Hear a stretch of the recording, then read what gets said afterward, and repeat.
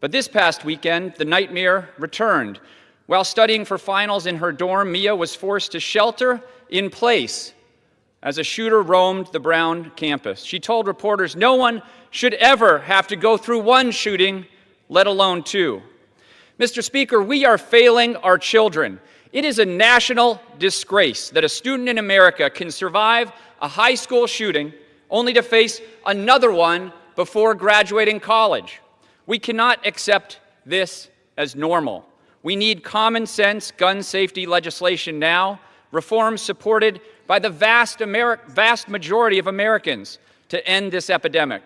Mia and her generation deserve to study in peace, not fear. I yield. Listen to what you just heard, because my God, you need to understand what is being articulated here with such devastating clarity and what it represents in the broader tapestry of American complicity with murder. And I mean this quite literally when I say that this Democratic representative is not being hyperbolic when she declares we are failing our children, because the evidence is so overwhelming and so damning and so spectacularly grotesque that any rational person examining the architecture of gun violence in this country would come to the exact same conclusion. And yet here we are again, in this God-forsaken cycle, where a young woman survives a massacre at her high school, only to experience the absolute horror of sheltering in place from yet another shooter at her college campus at Brown University. And this is not an aberration. This is the system functioning exactly as conservatives have designed it to function, because when 2024 recorded 336 school shooting incidents, the second highest on record,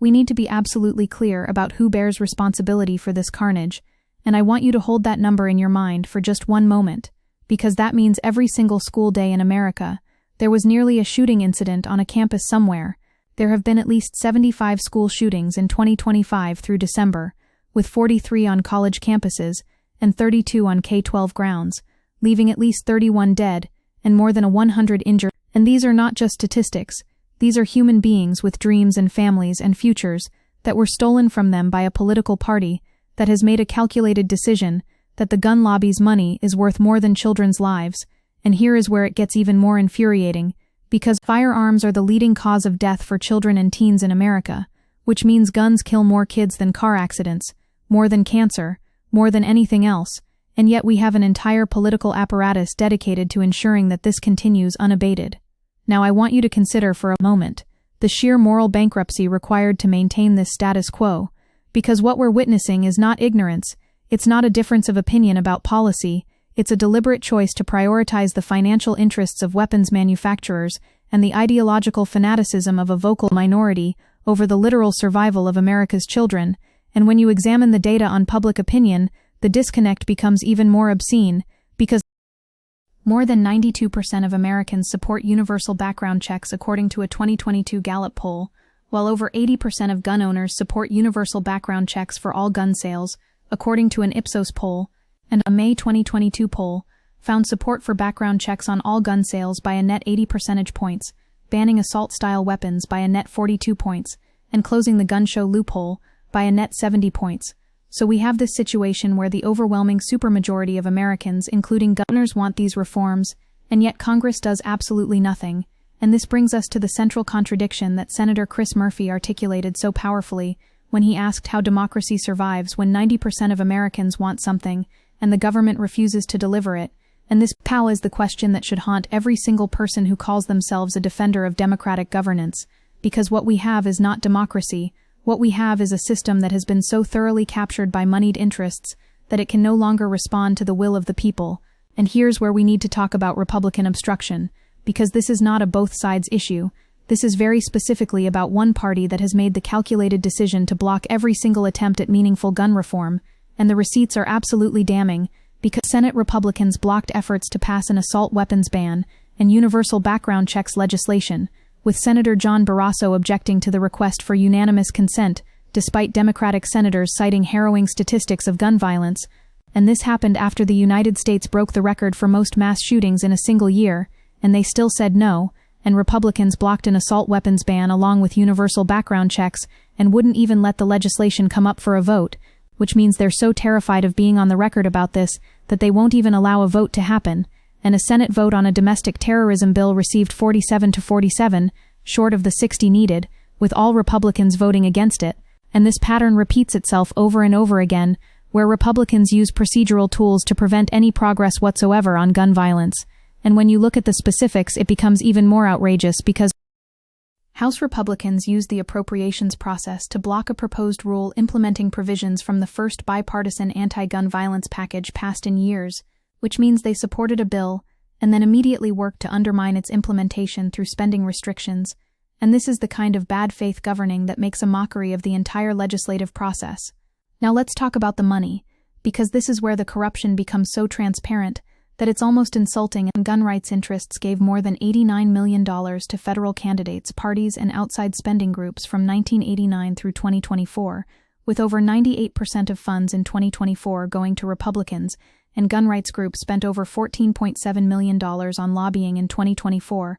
And when you understand that among the 46 senators who voted to prevent expansion of background checks, 43 received help from pro-gun interests totaling about $8.5 million since 2000, suddenly the obstruction makes perfect sense, because these are not principled stands on constitutional interpretation. These are bought and paid for votes that have been purchased by an industry that profits from death and the National Rifle Association, even though it has lost over 1 million members, and its revenue is way down, and its longtime chief Wayne LaPierre resigned and was found liable in a corruption trial, still maintains enough financial leverage through its remaining resources and the broader gun lobby ecosystem to keep Republicans in line. This is the power of concentrated money in politics, where a relatively small group of extremists can hold an entire political party hostage, and by extension hold the entire country hostage to their violent ideology. And I want you to really sit with the human cost here, because when this representative tells the story of Mia, who survived a high school shooting and then had to shelter from another shooter in college, this is not just an anecdote, this is a metaphor for an entire generation that has been traumatized by America's refusal to address gun violence. And an estimated 3 million children in the U.S. are exposed to shootings per year, which means millions of young people are growing up with this constant background radiation of terror, and 65% of college students said school shootings made them concerned for their safety on campus. And think about what it means for a society when going to school requires the same kind of psychological preparation as going into a war zone. Children exposed to gun violence are more likely to abuse drugs and alcohol, suffer from depression, anxiety, and PTSD, fail or have difficulties in school, and engage in criminal activity. So we're not just talking about the immediate victims of shootings, we're talking about an entire generation that is being psychologically damaged by the pervasive threat of gun violence. And this has profound implications for everything from educational outcomes, to mental health, to long-term economic productivity. And yet conservatives have the audacity to talk about protecting children while they simultaneously ensure that firearms remain the leading cause of death for kids in this country. The hypocrisy reaches its absolute zenith when you consider the conservative rhetoric around protecting life and traditional values, because these are the same people who will move heaven and earth strict reproductive rights under the banner of protecting the unborn. But when it comes to actual living, breathing children who are being slaughtered in their classrooms, suddenly individual liberty and constitutional rights become paramount, and this selective application of pro-life rhetoric reveals what we've always known, which is that conservative concern for life ends at birth, and after that, children are on their own, in a society that has been deliberately structured to maximize gun access, regardless of the consequences. And there were 499 mass shootings in 2024, 24% less than 2023, but still killing 507 people, and injuring at least 2,169 others in incidents where at least 4 people were shot, excluding the shooter. And when you have hundreds of mass shootings every single year, and the response from one major political party is to do absolutely nothing, or worse, to actively prevent any reforms, then what you have is not a political disagreement. You have one party that has made peace with mass murder as an acceptable cost of maintaining their ideological purity and their financial relationships with the gun industry. And here's what makes this even more enraging: the solutions exist, and we know they work because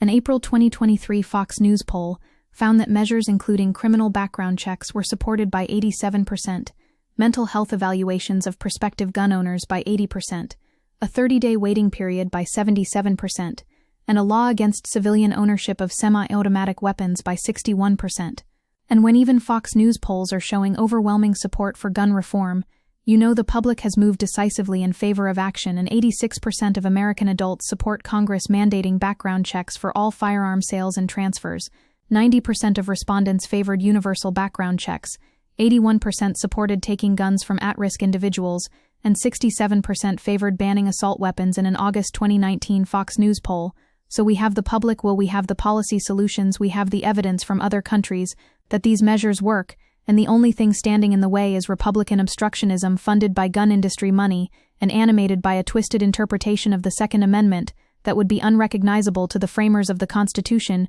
who lived in an era of single-shot muskets, could not have possibly conceived of the kind of military-grade weaponry that is now available to any civilian with a credit card. The representative in this clip talks about this being a national disgrace, and that language is almost too gentle, because what we're dealing with is a moral catastrophe of such staggering proportions that future historians will look back on this era with the same kind of horror and incomprehension that we now reserve for other great American shames like slavery and segregation, and they will ask how an advanced wealthy democracy allowed its children to be systematically murdered while doing nothing to stop it, and the answer will be that one political party valued money and ideology more than human life, and the rest of the country, while sympathetic, was not sufficiently mobilized to overcome the structural advantages that conservatism has built into the American political system through gerrymandering and the Senate's malapportionment and the filibuster and all the other anti-democratic features that allow a minority to thwart the will of the majority. And this is what minority rule looks like in practice. It looks like hundreds of school shootings and thousands of dead children and millions of traumatized young people and a political system that shrugs its shoulders and says there's nothing we can do, even though every other developed country has figured out how to regulate firearms without descending into tyranny. And when Republicans are confronted with this carnage, they retreat into these absurd arguments about mental health, as if America has a monopoly on mental illness. Or they talk about securing schools, as if turning educational institutions into fortified bunkers is a reasonable response. Or they invoke the Second Amendment, as if it's a suicide pact that requires unlimited access to weapons of war. Speaker Mike Johnson told Fox News, "The problem is the human heart, not the weapons," which is the kind of vacuous theological deflection that would be laughable if it weren't contributing to mass death. Senator Barrasso argued the Democratic bill would infringe on the Second Amendment and deprive law-abiding gun owners of important liberty, saying Americans have a constitutional right to own firearms, without any acknowledgement that rights come with responsibilities, and that the founders themselves supported gun regulations, and that the modern gun rights absolutism is a relatively recent invention of the NRA and conservative legal activists who have spent decades distorting constitutional history to serve the interests of gun manufacturers. And what we end up with is this situation where conservative politicians are perfectly willing to regulate women's bodies and ban books and restrict voting, but when it comes to instruments of death, suddenly regulation becomes tyranny, and this tells you everything you need to know about conservative priorities and what they actually value, which is not freedom and certainly not life, but rather maintaining the current power structure and satisfying their financial benefactors in the gun industry. The Democratic representative is absolutely correct when she says we cannot accept this as normal, because the normalization of mass violence is precisely the strategy that conservatives have employed to prevent reform, because if mass shootings become just another regular occurrence like car accidents or natural disasters, then the urgency dissipates and people become numb, and the status quo persists. And this is why we need to maintain our capacity for moral outrage, and why we need to understand that every single one of these shootings represents not an inevitable tragedy, but a policy choice, and the policy choice is being made by Republicans, who have decided that the gun lobby's agenda is more important than children's lives, and the last major action from Congress on gun laws was in June 2022, the Bipartisan Safer Communities Act, backed by 15 Senate Republicans including McConnell and 14 House Republicans, and while that represented some progress, the legislation expanded background checks for young adults, increased mental health funding, expanded domestic violence prohibitions, and created red flag law incentives, but Americans apparently didn't see those steps as going far enough, with no decrease in the percentage wanting tougher laws, because the reforms were so watered down to secure Republican votes that they barely scratched the surface of what's actually needed. And here's the thing that should terrify everyone who cares about democracy and human rights. The gun violence crisis is not just about guns. It's about whether we live in a society that can solve collective action problems through democratic governance, or whether we're going to be held hostage indefinitely by minority factions with outsized political power. Because if we can't address gun violence when 90% of Americans support basic reforms, then what can we address? And this paralysis extends to climate change and healthcare and economic inequality and all the other major challenges facing the country, because the same anti-majoritarian structures that enable gun lobby power also enable fossil fuel companies and pharmaceutical manufacturers and Wall Street to block reforms that would benefit the vast majority of Americans. And this is why gun reform is not just about reducing shootings, it's about testing whether American democracy can still function in any meaningful sense, or whether we've crossed some threshold into permanent oligarchic capture, where the people's will is completely subordinated to elite interests. And the longer we go without action, the more evidence accumulates that we're in the latter category, and that should be radically destabilizing to anyone who believes in democratic self-governance. This young woman, Mia, who survived 2 shootings, represents an entire generation that is inheriting a country that has been thoroughly broken by conservative governance. And what are we telling that generation when we allow this to continue, when we watch them go through active shooter drills and metal detectors and clear backpacks and all the other security theater that does nothing to address the actual availability of weapons? Almost 80% of parents fear their child's school will be the site of a mass shooting, which means the majority of American parents are living with this constant low-grade terror that their child might be murdered at school. And this is not normal. This is not how people live in functioning societies. And the fact that we've accepted this level of fear as just the price of American life tells you how thoroughly the gun lobby has won the cultural and political battle, even as they're losing the battle for public opinion, because they don't need public opinion when they have structural power, and they have enough Republicans on their payroll to block anything that threatens their business model of unlimited gun sales.